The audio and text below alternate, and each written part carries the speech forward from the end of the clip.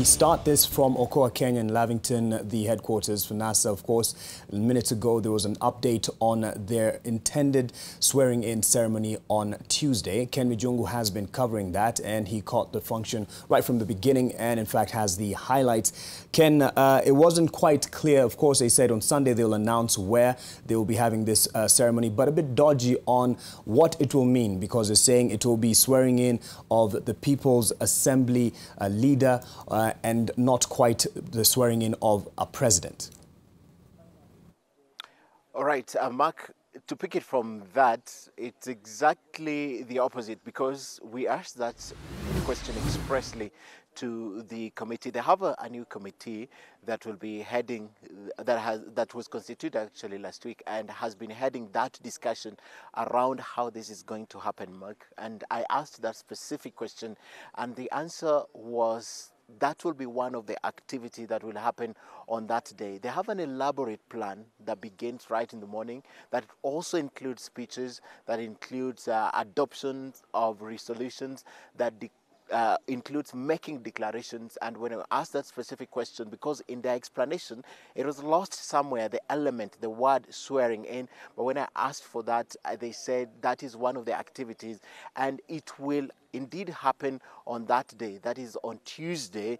The only question that they cannot answer conclusively, Mark, is where exactly it will be. We have seen 12 letters written from the Secretariat sent to various counties requesting for venue to hold this meeting. And we also understand from the Dr. Akala, who is heading that Secretariat right now, that they have even received requests from several counties that are asking them if those counties can specifically host that event, the main event. Because if you look at their program, this starts from very far. They already have around 6 milestones that they have achieved. They have 2, and the last one will be that the swearing in, the day of the swearing in, that is also considered a milestone, Mark. And on that day also, they plan to have a public rally. So the only question they cannot answer conclusively today, Mark, is where will the main venue for the swearing in be, and that they say they will communicate on Sunday,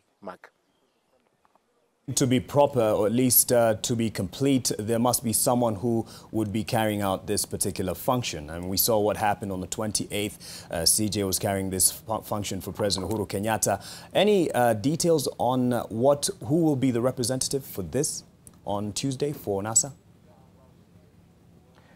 It's not yet clear, Mark, who will be the representative or who will be conducting the swearing in, but we know for a fact that it will be done, because when we asked that question, who will be doing, they said, you know, swearing in is a simple event.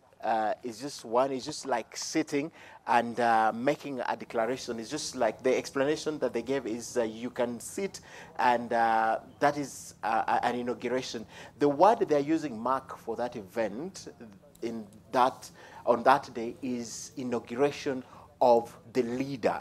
And they have not stated, but this is a debate that now rages on. In fact, we asked specifically based on what the Attorney General said yesterday about the high treason, and that attracts the death penalty.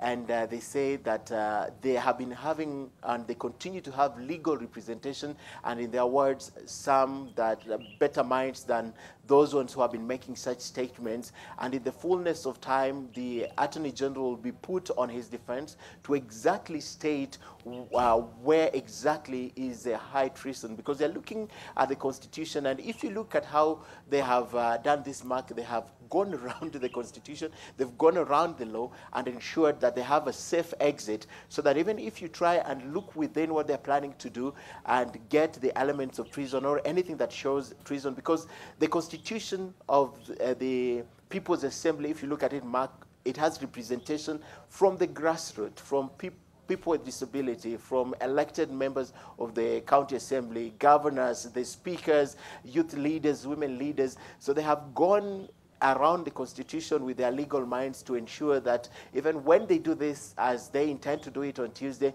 they have a shield in the law. Because what they are talking about is the end game to this, which is either have an election within 6 months, or allow other people to go their way, Mark, in the words of some of their leaders' secession, Mark. You've spoken of how they've gone around the Constitution, something that was also made reference to by Oduoro Ngwenya, I believe.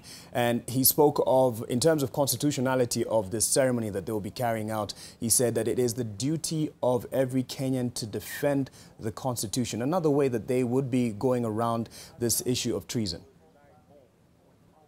Yes, definitely, because they feel they are part of this, and they feel there's a lot of people. If you look at the support base of NASA, there's so many unhappy people, Mark. So they are looking at this as not only the leadership of NASA, because they have taken the debate away from Raila Odinga seeking to be president, to restoring electoral justice in the country. So if you have political ambition, you indeed subscribe in their way of thinking, in that you'll start thinking the only way to get justice if you're going to be an elected member or an elected leader in this country, you must find electoral justice. So they're calling upon the masses who feel that they have stakes in this to be behind them. And that's why they're saying it's the duty of every Kenyan, Mark, to protect this constitution.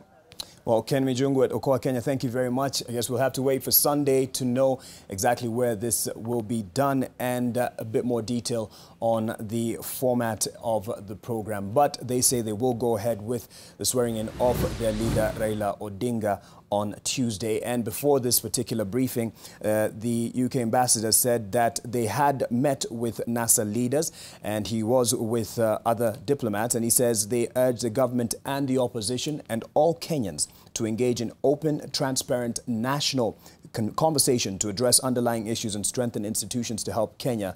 And they stressed the need to uphold the Constitution.